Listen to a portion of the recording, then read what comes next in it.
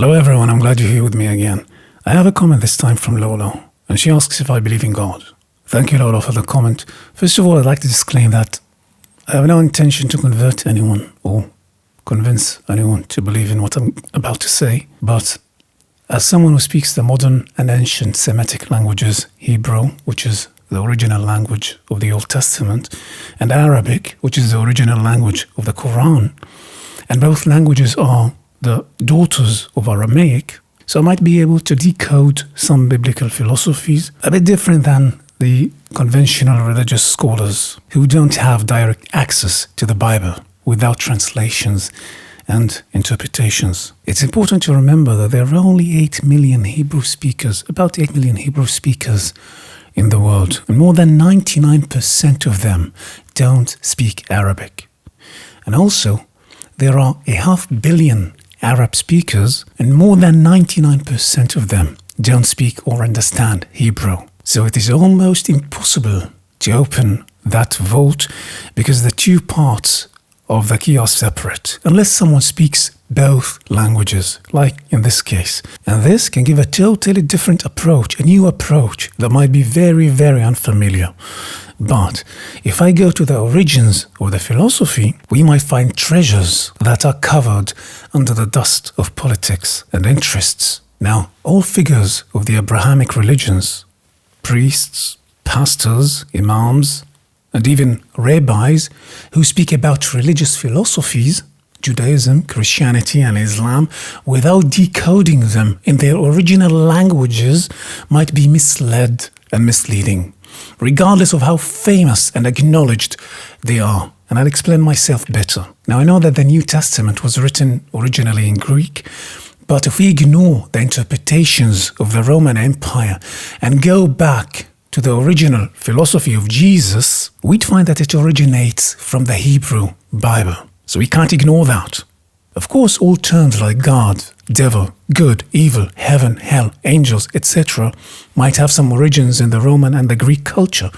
But since we're talking about their origins in Judaism, Jesus' way, and Islam, then we need to access the Aramaic, Hebrew, and Arabic. And here, such words have meanings very much different than what most people think. So if you ask me if I believe in God, I might understand where this question comes from, but your definition of God might be a bit different than mine, and therefore my answer might be irrelevant to you. If you ask me if I believe that there's a creator of earth, I can answer that because earth and the verb to create or to make are precise. And I would answer that after I decipher some of the biblical quotes in order for my answer to make sense. But before that, there's one more important thing, that when I talk about this, there's not a political statement to support any factors in our politics. Many factors that identify themselves with those philosophies, many of them are actually committing crimes in their names. So I'm not advocating any political or religious approach. I'm only talking about the logos, language, langage, lingua, lora, lahag, logic, and the philosophy of this ancient wisdom. All my answers here are in the word, in the verse. But first of all, let's talk about the source of knowledge in order to understand where I come from. The Bible in Hebrew is called Tanakh, which is the shortcut of Torah, Nevi'im, Ketuvim. The Torah is only one part of the Hebrew Bible, and it's the equivalent of the word theory in English. But there's a catch. Torah from the verb to see, ra'ah in Hebrew and also in Arabic. Hora'ah means to teach or to make someone see. So teaching in Hebrew means making someone see. In English, you can remember that the word ra'ah, to see, is in the word mirror, mar'ah. Mira'ah. It's from the same verb, and it means the object that makes see or that shows. So what I'm doing here is not indoctrinating or dictating, but I'm showing in order to make someone see. This is teaching.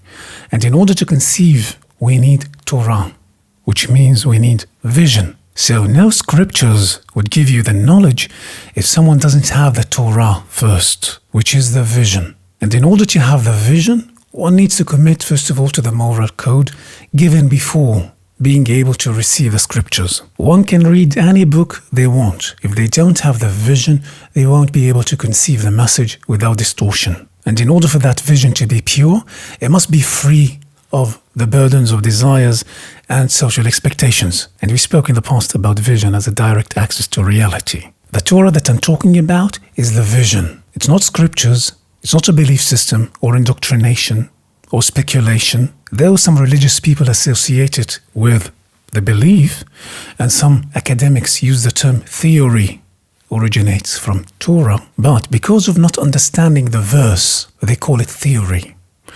The difference is that the academic theory can be invalidated. The Torah/vision cannot. The interpretation of Torah by religions as a belief system and by academies as theory, meaning conventional scientific speculation until invalidated, both of those institutions have completely missed the point and missed the logos.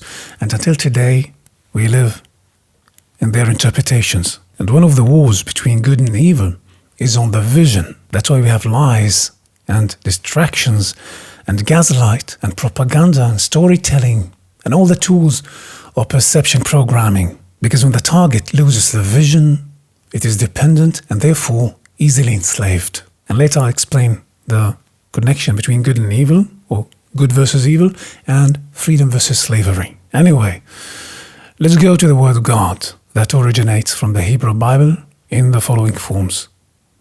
First of all, we have my Lord, originates from Adonai, which means my giver of the debt, and therefore my judge. Din means judgment in Arabic and in Hebrew, and in Arabic it was interpreted into religion. And this is a huge misunderstanding because the literal meaning of din is judgment, but the term religion that is being used indicates more to a cult or to a social structure and rituals than to a judgment that requires skills of vision and conception. So the original meaning is not a cult, but rather judgment. A second usage for the word my Lord in English originates from Rabbi, like rabbi, which means my educator. So here we can understand why people confuse the word teacher and master with the word my Lord and my God. So this is another meaning of God that has nothing to do with beliefs. The third word that I'm going to talk about is Yehovah and Yehovah, or what some like to call Jehovah, a word that originates from the word Havaya. In Arabic, Hawiya. Hawiya took the meaning of identity, but if you go back to Havaya, its meaning is a combination of existence, being, and manifestation. The verb Yehovah means to bring something into existence, or to manifest. Yehovah means to get manifested. Who and he means is, to be.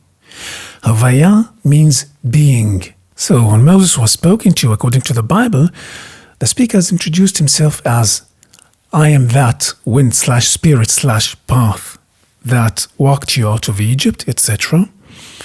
And that's also why here people confuse whether Jesus was God or the Son of God. Jesus is the literal meaning of Yehovah. Jesus, je suis, and it means I am, I exist. And of course, Jesus was not the original name, but it was given to him by the Roman Empire. The original name of the character is Yehoshua. This is common knowledge. And when Yeshua said, I am the way, that was just repeating after the entity speaking to Moses, meaning Jesus is the way, not Yehoshua. I am the path. The being is the spirit. Not me, not him. The I am, the conscious being that is conscious of his existence. That consciousness is the spirit, and the path is the guidance. And here we differentiate between talking about Yehovah, the subject, and Yehovah or Yehovah, that is the object. The difference between Yehovah and Yehovah is just the tense, past tense or present tense. Anyway, all of those variations are written with the same letters, but with different accents. Now, every time this word is written in the Hebrew Bible, it would be read as Adonai or Hashem, in order to keep the code hidden